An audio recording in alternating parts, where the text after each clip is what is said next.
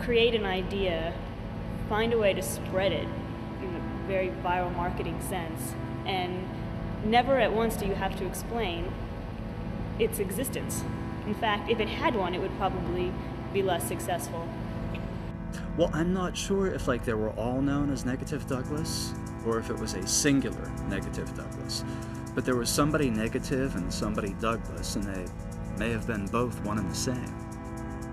It was just a normal school picture, it looked like it was probably taken in the early 70s, and kids got a little bowl haircut or something, and, it's kind of, I don't know, it looked like a school picture from when I was in grade school, so I thought it was pretty funny, so I emailed it over to Paul Weissel. I work at a prominent Pittsburgh financial institution that used to be a prominent Pittsburgh bank. A coworker of mine sent me an email, and all it said was Douglas in the subject line. I opened it up, and there was a picture of this kid, Douglas, and I thought to myself, this kid's got potential. Paul and Lloyd at that point were both working at Mellon and just randomly doing image searches for bizarre images, and out of the blue one day got this image of this 12-year-old boy from the 70s. So what I did was I went into Microsoft photo editor or whatever it came with the computer, and I used the negative filter, and I sent it back to my coworker, and I said, Negative Douglas. And then a star was born.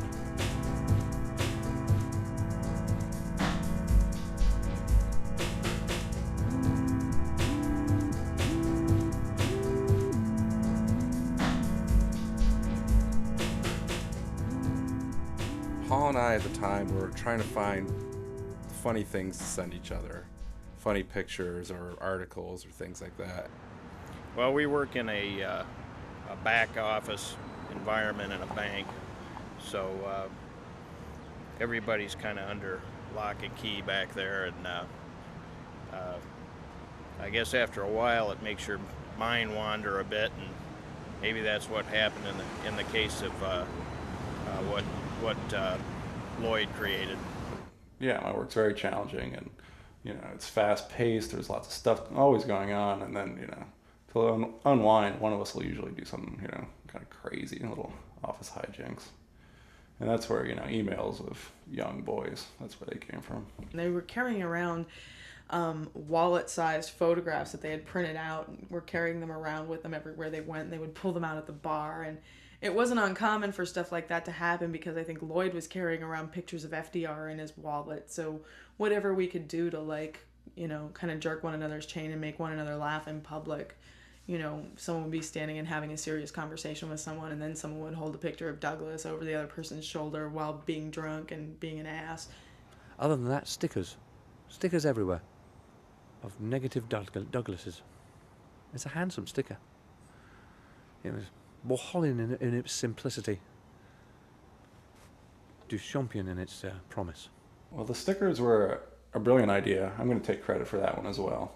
We decided to make stickers of this kid, a positive and negative image of the kid, and I think we picked black and red because it had a Che Guevara kind of aspect to it, I think, and we wanted 500 3x5 stickers and ended up with 1,800 1x2 and about 75 refrigerator magnets. So we had more stickers than we knew what to do with. Well, we knew what to do with them, but it seemed to be everywhere instantly.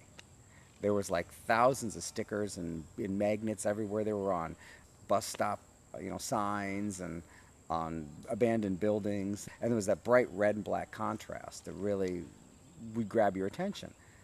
People have been using stickers to make different kinds of points for a while now, and I think right now sticker art and street art and anything that kind of falls under that genre is quite popular for various reasons, and I don't think it's very interesting ultimately, but I think what's interesting about a sticker is that it's an easy way to spread an idea. I would look on the back of every street sign, on the front of every city paper, and there was a Douglas sticker.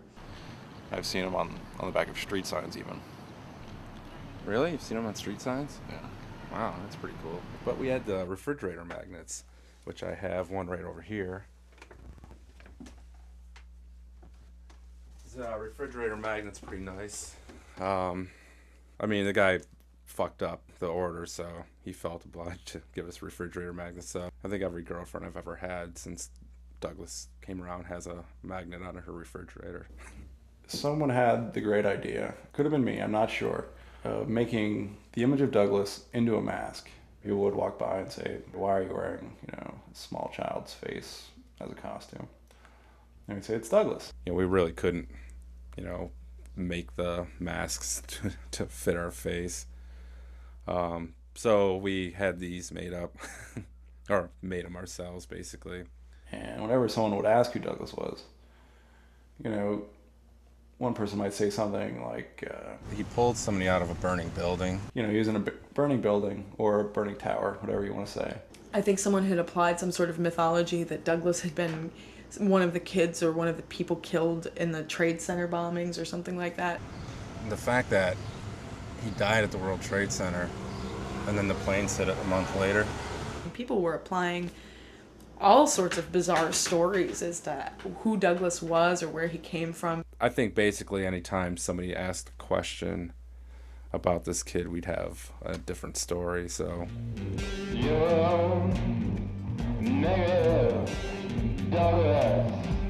Yeah, the band.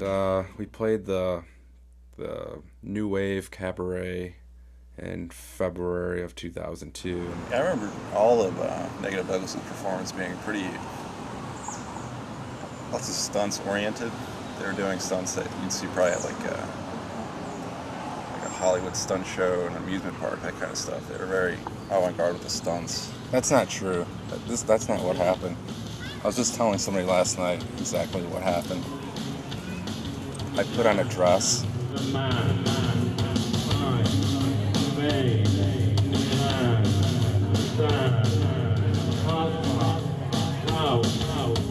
I put on long johns, red tennis shoes, and big yellow glasses. Oh, little brother! We are in a mess! So it was my first time out playing live, and I thought it was his too, so I thought it was quite genius to challenge himself to that point, to take fear to the nth degree and skirt it up. From what I remember, people were up in arms. They were so excited to see him. It was very beaty, like beat-driven. There was a lot of beats happening. It was beaty. Not beady, but beat-y. And it was a little monotonous, but at the same time, I think it should have been longer because it was really grating on people. It was real interesting to do a band like that that you purposely would alienate half of the audience. A lot of people were kind of pissed off about it. Then I think someone discovered there is something called Photoshop, and that's when it really, it made the leap from not so good computer artwork to pretty good computer artwork. And there are a lot of photoshopped images of Douglas on like a goat or Douglas on a handbag, as well as taking the idea of Douglas and stretching his face out, doing other things like that. And there was the whole Douglas miss too. That's right, there was more artwork. There was. Oh yeah, that month-long project we had at the Skinny Building. Forgot about that. The Skinny Building is downtown on Forbes and Wood Street. And we had done stuff in the Skinny Building before, so we kind of got to know Al, Skinny Al as they call him. The character Negative Douglas has always been kind of intriguing to me, and to do the whole exhibit based on this what's the word for enigmatic character that nobody knew who the heck this kid was. It's kind of amusing having people ask me who he was when I didn't even know myself. The Skinny Building was this weird building that used to be a lunch counter back in the day, and it's literally the skinniest building in downtown Pittsburgh. It's barely 5 feet across. The Skinny Building is so skinny that the public can't even come inside. It's not really legal occupancy for the public. So all of our art is designed to be seen from the street, which makes us very unique. because all the other galleries, some people might feel intimidated to go in, but whereas we're totally accessible to the public, our audience would be people who normally wouldn't feel comfortable going into a gallery, like students, elderly, minorities, that sort of thing. We talked about it for a long time. We And did. I promised Al that we would do it. You did. And then 2 weeks before it was supposed to get done, we decided, well, maybe we should start working on this. That's right. So then we started working on it a week later. After a few workshops and brainstorming sessions, we came up with the idea of having a holiday-themed Douglas show with reindeers, Christmas trees, lots of actual Douglas's Christ allusions, lots of religious symbology. Kind of distilled the entire essence of Christmas down and then put it back up. Because it was for the holidays, we had it, the whole building was totally illuminated, all 22 windows. Yeah, I think we used red and green. Red and green, Christmas colors. We also got some posters printed out that said, "War is over if you're Douglas." War is over if you're Douglas. I was kind of surprised nobody threw a rock through that particular window. That was the last I heard of any big Douglas events transpiring. Didn't Douglas just kind of fade away after that? Had it not been for, just sheer getting bored with the whole thing, it really could have been on a national scale. It could have been much bigger than what it was. What's so interesting is to have him learn about all of this. I doubt he would care. And I think I was talking about it with a friend who said she would actually be quite flattered.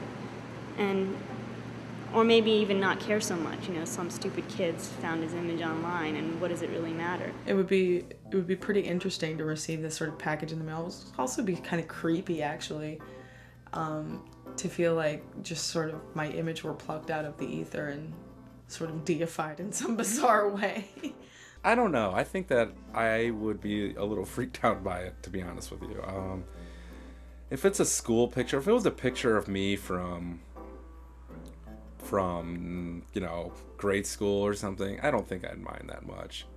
But if it was a recent picture of me where everyone would, everyone who knows me would recognize, I think I would be bothered by it, to be honest with you. If I were Douglas, I would be utterly creeped out. And I'd really like for one day for Douglas to, see this, and to see this documentary, to see all the work, to see all the hard work that people put into this, and to know just how much we care,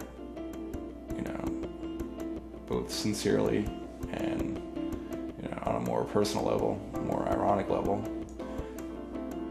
Just show him that we care, so then, he feels like he's been vindicated for all that he's done.